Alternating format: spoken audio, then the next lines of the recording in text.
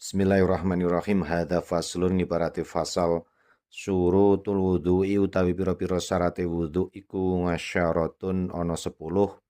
Dirupane 10 al-islamu suwijine Islam wa tamyizulan pinter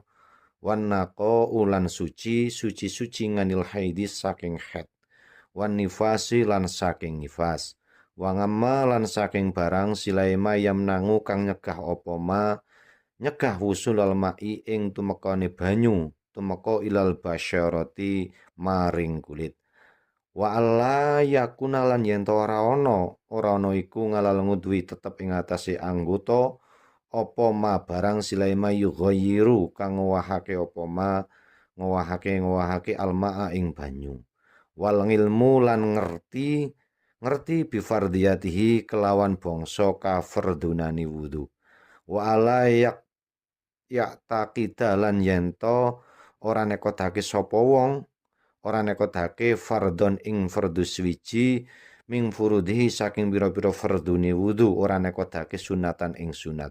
wal maulan nganggo banyu sifate ma atau huru kang suci tur nucekake watuhu lul waqdi lan manjinge wektu wal muwalatu lan nuli-nuli lida imil hadasi kaduwe wong kang langgeng hadase wallahu alam bissawab.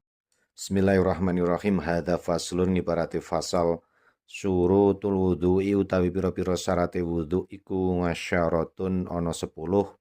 Dirupane 10 al-islamu suwijine Islam wa tamyizulan pinter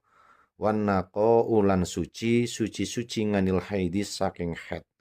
wan nifasi lan saking nifas wa ngamma lan saking barang silaima yamnangu kang nyegah apa ma nyegah wusul al-ma'i ing tumekane banyu tumeka ilal basyarati maring kulit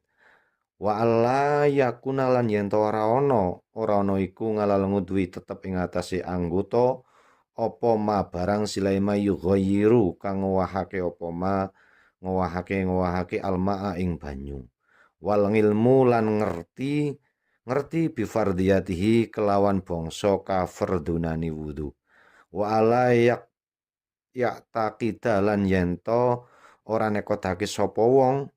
ora nekodake fardon ing fardhu swiji ming furudihi saking pira-pira fardune wudu ora nekodake sunatan ing sunat wal maulan nganggo banyu sifate ma atau huru kang suci tur nucekake watuhu lul waqdi lan manjinge wektu wal muwalatu lan nuli-nuli